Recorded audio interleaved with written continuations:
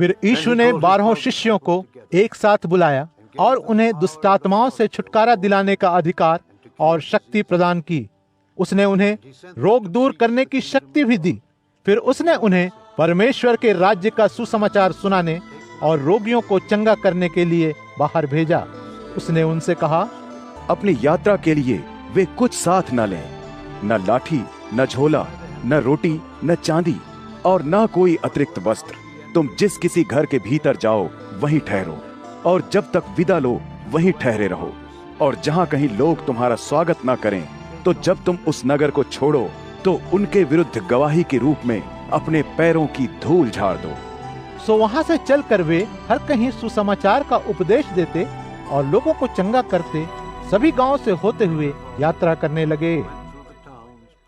अब जब 1/4 देश के राजा हेरोदेस ने जो कुछ हुआ था उसके बारे में सुना तो वह चिंता में पड़ गया, क्योंकि कुछ लोगों के द्वारा कहा जा रहा था, यूहन्ना को मरे हुए में से जिला दिया गया है।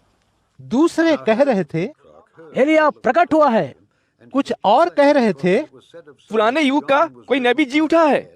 किंतु हेरोदेस ने कहा, मैंने यूहन्ना का तो सिर कटवा दिया था, फिर यह है कौन जिसके बारे में मैं ऐसी बातें सुन रहा हूँ। सो हेरोदेस उसे देखने का जतन करने लगा। फिर जब प्रेरित लौट कर आए तो उन्होंने जो कुछ किया था सब यीशु को बताया। सो वह उन्हें वहां से अपने साथ लेकर चुपचाप बैतसैदा नामक नगर को चला गया। पर भीड़ को पता चल गया, सो वह भी उसके पीछे हो ली। यीशु ने उनका स्वागत किया और परमेश्वर के राज्य के विषय में उन्हें बताया, और जिन्हें उपचार की आवश्यकता थी उन्हें चंगा किया।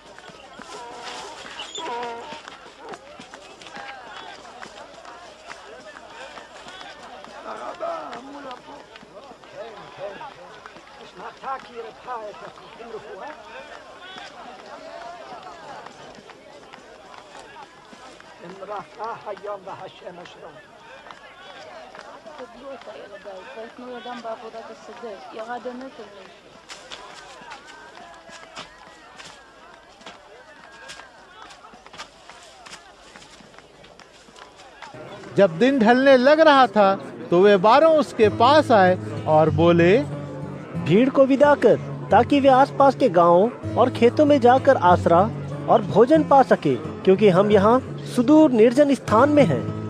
किंतु उसने उनसे कहा, तुम ही इन्हें खाने को कुछ दो। वे बोले, हमारे पास बस 5 रोटियों और 2 मछलियों को छोड़कर और कुछ भी नहीं है। तू यह तो नहीं चाहता है कि हम जाएं और इन सब के लिए भोजन मोल लेकर के आएं?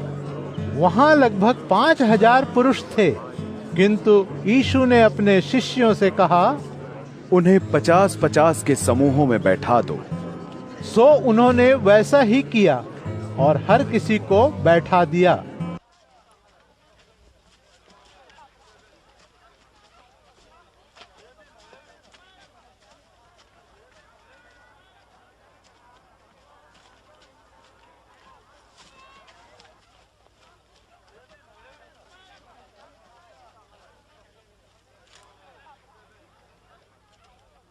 फिर यीशु ने 5 रोटियों और 2 मछलियों को लेकर स्वर्ग की ओर देखते हुए उनके लिए परमेश्वर को धन्यवाद दिया, और फिर उनके टुकड़े करते हुए उन्हें अपने शिष्यों को दिया कि वे लोगों को परोस दें।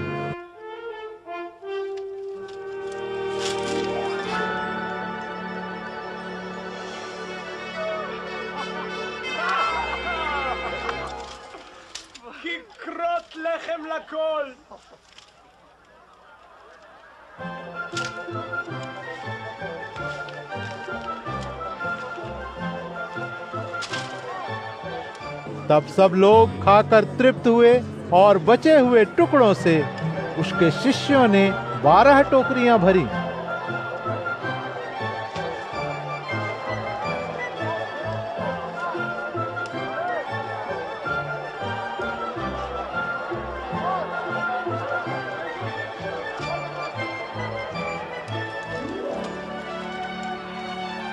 And there was taken up of fragments that remained to them 12 baskets.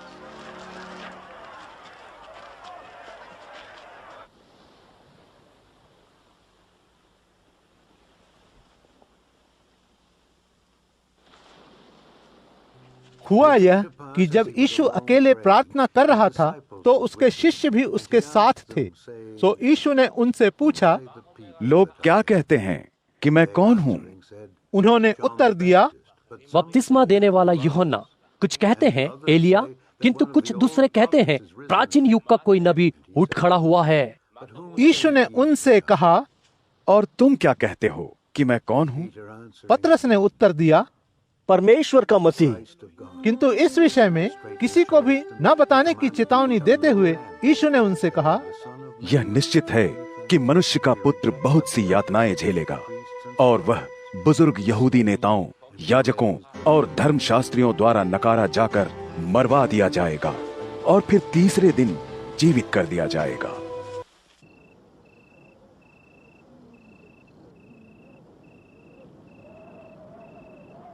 फिर उसने उन सब से कहा, यदि कोई मेरे पीछे चलना चाहता है तो उसे अपने आप को नकारना होगा और उसे हर दिन अपना क्रूस उठाना होगा, तब वह मेरे पीछे चले।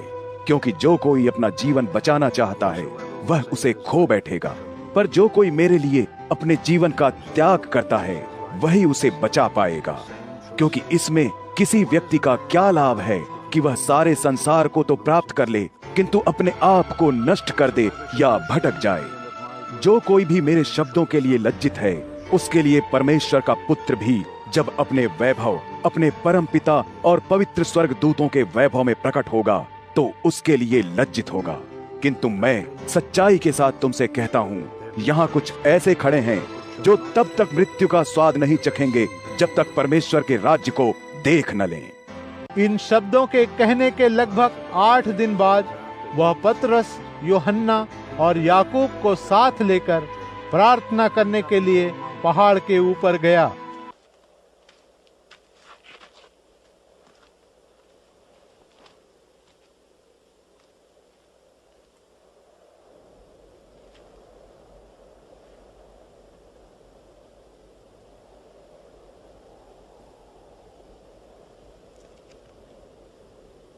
फिर ऐसा हुआ कि प्रार्थना करते हुए उसके मुख का स्वरूप कुछ भिन्न हो गया और उसके वस्त्र चमचम करते सफेद हो गए। वहीं उससे बात करते हुए 2 पुरुष प्रकट हुए। वे मूसा और एलियाह थे जो अपनी महिमा के साथ प्रकट हुए थे और यीशु की मृत्यु के विषय में बात कर रहे थे जिसे वह यरूशलेम में पूरा करने पर था। किंतु पतरस और वे जो उसके साथ थे नींद से घिरे थे। सो जब ये जागे तो उन्होंने यीशु की महिमा को देखा और उन्होंने उन 2 जनों को भी देखा जो उसके साथ खड़े थे। और फिर हुआ यूं कि जैसे ही वे उससे विदा ले रहे थे, पतरस ने यीशु से कहा, स्वामी, अच्छा है कि हम यहाँ हैं। हमें 3 मंडप बनाने हैं, एक तेरे लिए, एक मूसा के लिए और एक एलियाह के लिए। वह नहीं जानता था वह क्या कह रहा था। वह ये बातें कर ही रहा था कि एक बादल उमड़ा और उसने उन्हें अपनी छाया में समेट लिया। जैसे ही उन पर बादल छाया वे घबरा गए। तभी बादलों से आकाशवाणी हुई, यह मेरा पुत्र है, इसे मैंने चुना है, इसकी सुनो। जब आकाशवाणी हो चुकी तो उन्होंने यीशु को अकेले पाया। वे इसके बारे में चुप रहे। उन्होंने जो कुछ देखा था उस विषय में उस समय किसी से कुछ नहीं कहा। अगले दिन ऐसा हुआ कि जब वे पहाड़ी से नीचे उतरे तो उन्हें एक बड़ी भीड़ मिली। तभी भीड़ में से एक व्यक्ति चिल्ला उठा, गुरु, मैं प्रार्थना करता हूँ कि मेरे बेटे पर अनुग्रह दृष्टि कर। वो मेरी एकलौती संतान है। अचानक एक दुष्ट आत्मा उसे जकड़ लेती है और वो चीख उठता है। उसे दुष्ट आत्मा ऐसे मरोड़ डालती है कि उसके मुंह से झाग निकलने लगता है। वह उसे कभी नहीं छोड़ती और सताए जा रही है। मैंने तेरे शिष्यों से प्रार्थना की कि वो उसे बाहर निकाल दे, किंतु वे ऐसा नहीं कर सके। तब यीशु ने उत्तर दिया, अरे अविश्वासियों और भटकाए गए लोगों, मैं और कितने दिन तुम्हारे साथ रहूंगा और कब तक तुम्हारे साथ रहूंगा? अपने बेटे को यहाँ ले आ। अभी वह लड़का आ ही रहा था कि दुष्ट आत्मा ने उसे पटकी दी और मरोड़ दिया।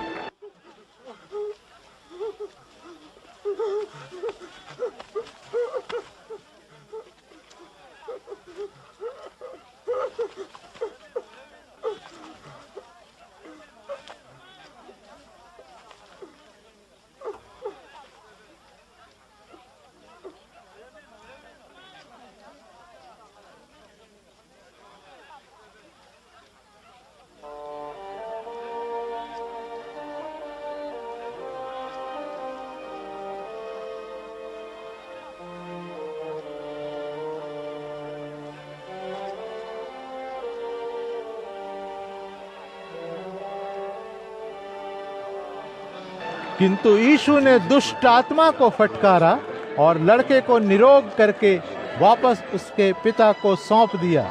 वे सभी परमेश्वर की इस महानता से चकित हो उठे। यीशु जो कुछ कर रहा था उसे देखकर लोग जब आश्चर्य कर रहे थे, तभी यीशु ने अपने शिष्यों से कहा, अब जो मैं तुमसे कह रहा हूँ उन बातों पर ध्यान दो। मनुष्य का पुत्र मनुष्य के हाथों पकड़वाया जाने वाला है। किंतु वे इस बात को नहीं समझ सके। यह बात उनसे छुपी हुई थी, सो वे उसे जान नहीं पाए और वे उस बात के विषय में उससे पूछने से डरते थे। एक बार यीशु के शिष्यों के बीच इस बात पर विवाद छिड़ा कि उनमें सबसे बड़ा कौन है। यीशु ने जान लिया कि उनके मन में क्या विचार हैं, सो उसने एक बच्चे को लिया और उसे अपने पास खड़ा करके उनसे बोला, जो कोई इस छोटे बच्चे का मेरे नाम में सत्कार करता है वह मानो मेरा ही सत्कार कर रहा है, और जो कोई मेरा सत्कार करता है वह उसका ही सत्कार कर रहा है जिसने मुझे भेजा है। इसीलिए जो तुम में सबसे छोटा है वही सबसे बड़ा है।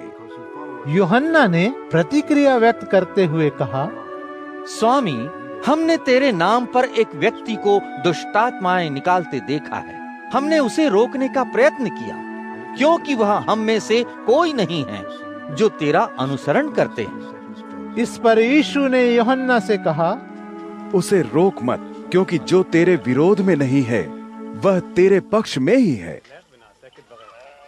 अब ऐसा हुआ कि जब उसे ऊपर स्वर्ग में ले जाने का समय आया तो वह यरूशलेम जाने का निश्चय कर चल पड़ा। उसने अपने दूतों को पहले ही भेज दिया था। वे चल पड़े और उसके लिए तैयारी करने को एक सामरी गांव में पहुंचे।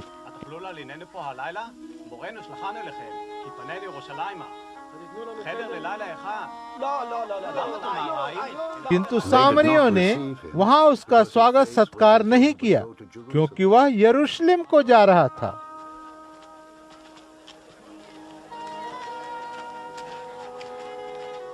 जब उसके शिष्यों याकूब और यूहन्ना ने यह देखा तो वे बोले, प्रभु, क्या तू चाहता है कि हम आदेश दें कि आकाश से अग्नि बरसे और उन्हें भस्म कर दे?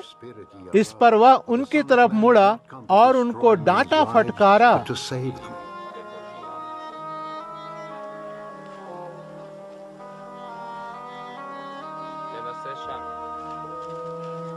फिर वे दूसरे गांव चले गए।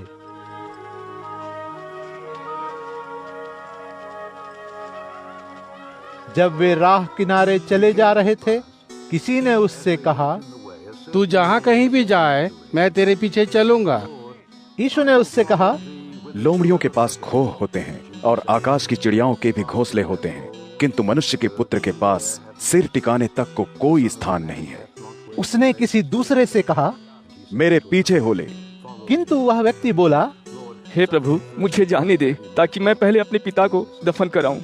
तब यीशु ने उससे कहा, मरे हुओं को अपने मुर्दे गाड़ने दे। तू जा और परमेश्वर के राज्य की घोषणा कर। फिर किसी और ने भी कहा, हे प्रभु, मैं तेरे पीछे चलूंगा, किंतु पहले मुझे अपने घर वाले से विदा ले आने दे। इस पर यीशु ने उससे कहा, ऐसा कोई भी जो हल पर हाथ रखने के बाद पीछे देखता है परमेश्वर के राज्य के योग्य नहीं है।